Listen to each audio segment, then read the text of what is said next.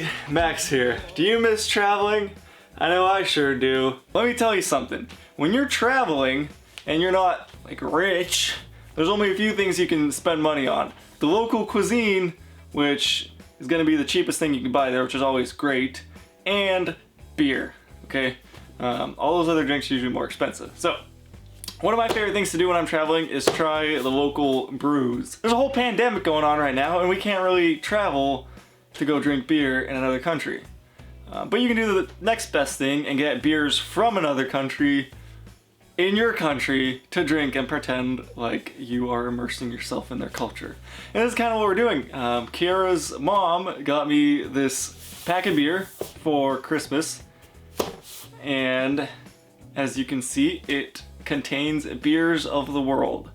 Actually, a couple of them are from the United States, but you know, maybe, I mean, that is part of the world, isn't it? So, shout out to Kiera's mom for getting me this cool gift. I'm really excited to try some of these beers and see if I can, at least for a little bit, pretend like I'm somewhere far away sipping a foreign beer. I haven't really tried that many foreign beers, so I'm looking to expand my palate, so to speak.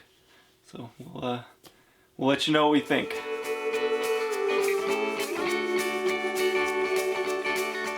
Well, I can't foresee it, but I do believe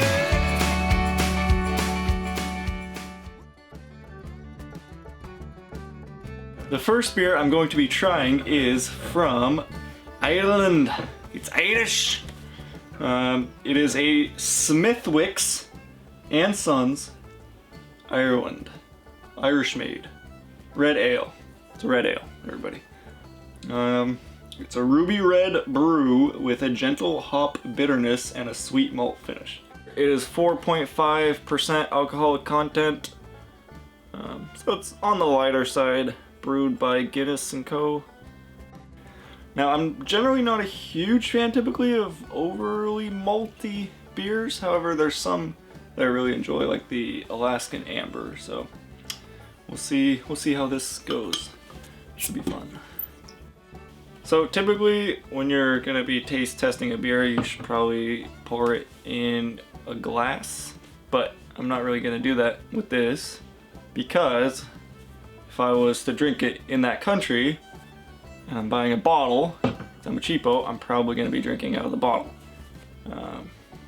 So I think I said 2 reasons. That's really my number 1 reason. The second reason, I don't know, this is brewed by Guinness, so it's probably not like super crafty. I think I'm gonna rate these beers by a few metrics. One, just how much I generally like it. We'll give it the max scale. It's gonna be like from 0 to 10. 0 being, ugh, this is gross. 10 being like the best beer I've ever had.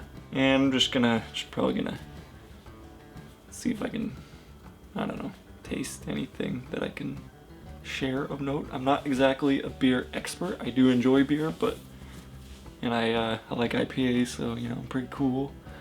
But yeah, I'm not an expert at all. All right.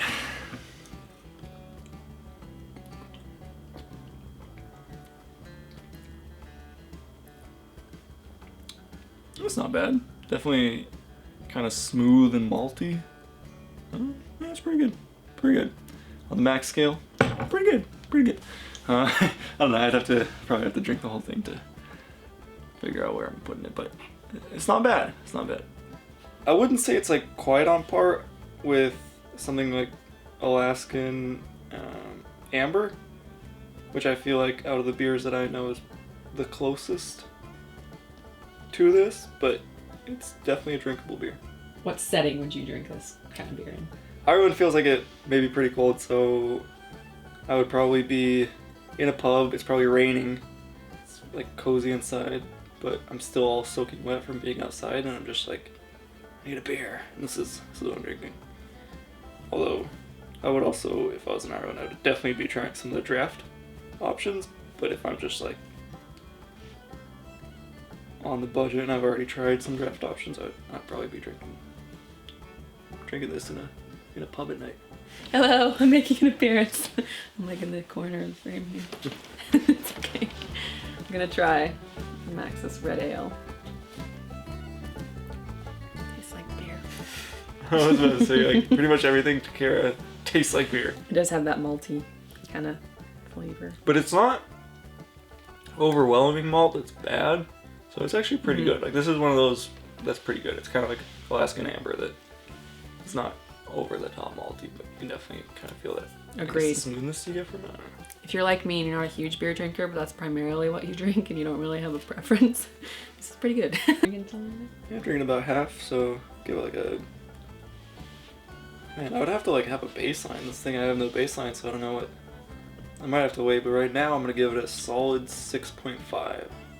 Like, it's pretty good. It's on the good side. Like, this is something I, you know, now that I know it, I'd be like, oh, crap, that's pretty good.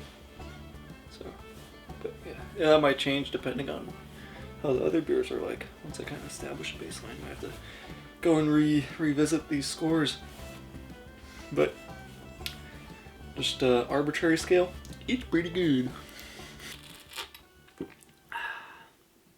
Cheers, lad. Cheers.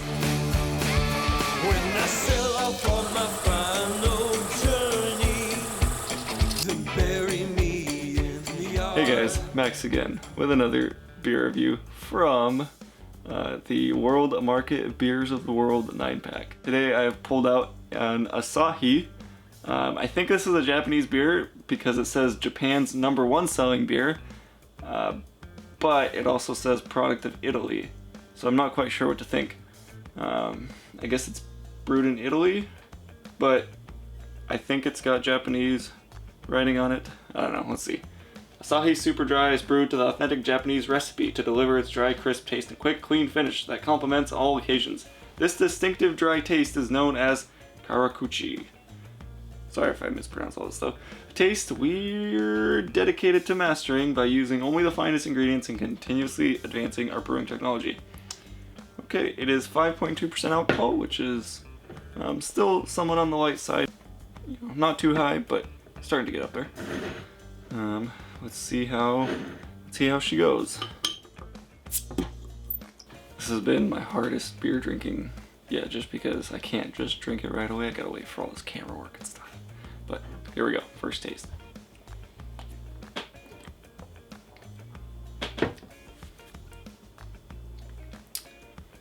It's interesting. It actually does not taste Japanese. I don't know what tasting Japanese would sound, would taste like. It tastes like a beer. It kind of tastes like a light, kind of like almost like a Mexican lager. Once again, I'm not a beer expert at all, so take all this with a grain of salt, but it's pretty good. It's very drinkable. I could probably smash a 6-pack of these. It's a beer for all seasons. Which I could drink this in the summer. I could drink it right now in the winter. I would see myself drinking this casually. Maybe I was on like a Japanese beach. You know, I heard they have somewhat of a surf scene. Smashing a 6-pack on the beach with a homie or two. Then we need multiple 6-packs for that probably. It's dry and crisp with a quick, clean finish. I did not get that from reading the back. That's my own thoughts.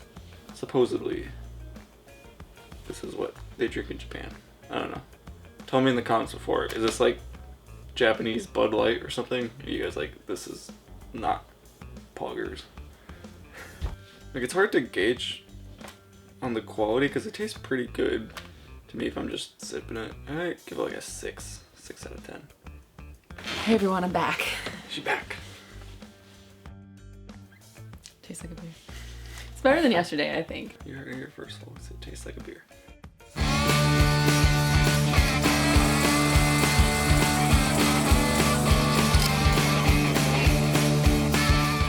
Another day, another beer.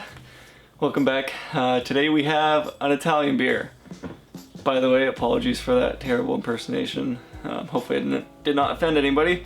But today we do have an Italian beer. This one was brewed and bottled by Heineken Italia, so in Italy. And I guess it's an Italian beer. This one's pretty different from what I've had before, or at least it should be pretty different. It is apparently red in tint, and that is due to how they roasted the malted barley at a high temperature.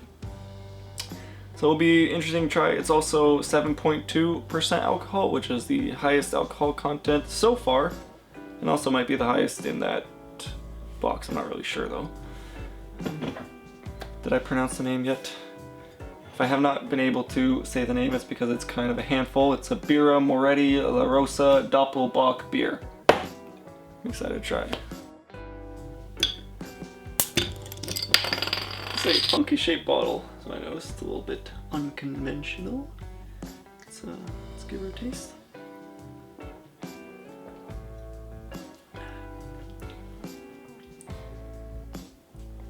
That's pretty weird. So it's supposed to have hints of caramel and licorice. It kind of tastes like when Trader Joe's beer has kind of a bad batch. So are you not a fan? Not so far. Maybe I should try putting a little bit of this in a glass container just so you can see the color. Use this little jar. Oh.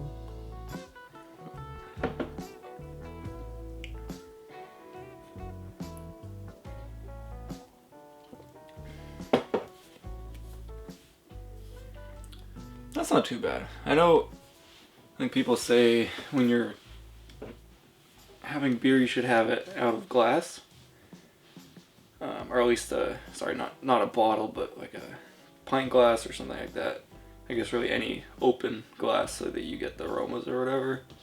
Which I get that, but I'm not that much of a beer connoisseur or whatever. Kiera's stepping in to make an appearance early. Oh, it definitely smells interesting. Bet you can't say tastes like beer. It's like towards the end, there's like a weird taste. Should I taste this try now? this now. Whoa, that smells really...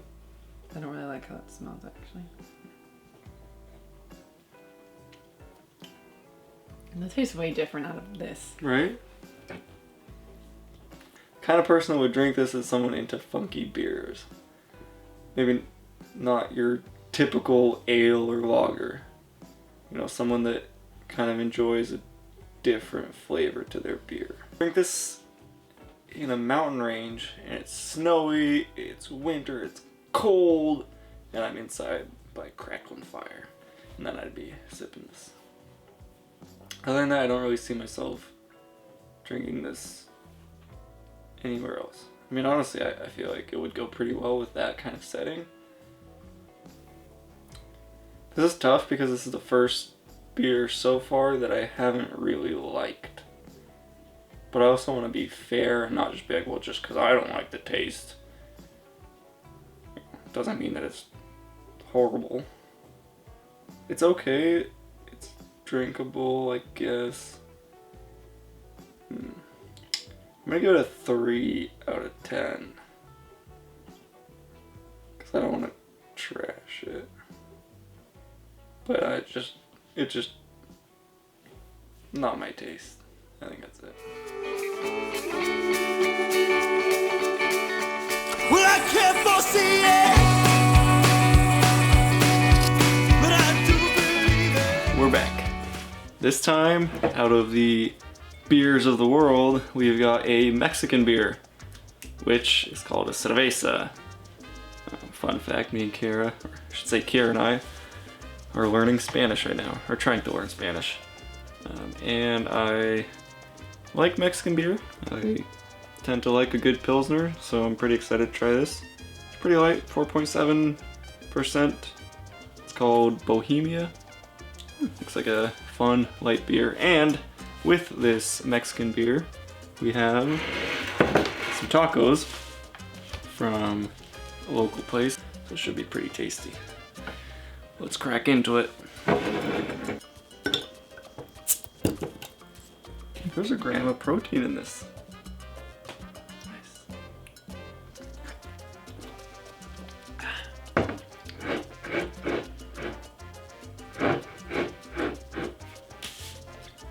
That's pretty good. Mexican beer with some tacos. It's amazing, honestly. It might not be the best quality of beer, I guess. I don't know. But it's pretty good. It's pretty darn good. It's very easygoing. Just, yeah. Tastes amazing with tacos. I feel like I'm in Mexico. Which is kind of the goal of this whole thing, I guess. I don't know. Yeah, I see myself at the beach. Drinking cerveza, eating tacos. Tastes nice and refreshing. There's really nothing bad I could say about it, honestly. So I think most people that just want a nice, light pilsner would enjoy this. I'm gonna give it an 8 out of 10. Yeah, that's pretty good. Kiera coming in with her tacos as well. Take a sip. Can I try one of your tacos? Sure. What do you think? Thoughts? Tastes like a beer. Tastes like your basic beer. Yeah, I mean, like I said, it's honestly not that special besides the fact that it's from Mexico. But yeah, I like it though. Oh, for me, this, as the younger kids would say, slaps.